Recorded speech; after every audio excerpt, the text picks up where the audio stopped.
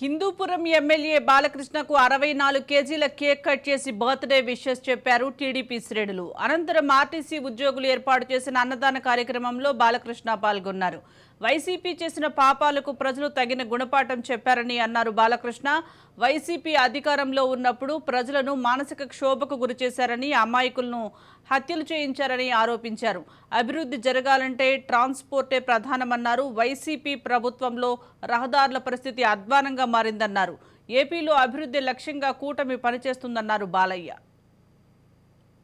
దేశాలన్నీ కూడా అభివృద్ధి చెందింది అంటే ఈ యొక్క రవాణా వ్యవస్థ వల్ల. మరి ఆ రవాణాకు అనుగుణంగా మనం రోడ్లు కూడా వేయాలి. రోడ్లు వేస్తేనే మనం అప్పుడు ఆనాడు 2018 బస్సులు కూడా జరిగింది. ఆ తర్వాత పెద్దిరెడ్డి రామచంద్ర రెడ్డి గారు మొత్తం 10 బస్సులు తీసుకెళ్లిపోయారు ఇక్కడి నుంచి.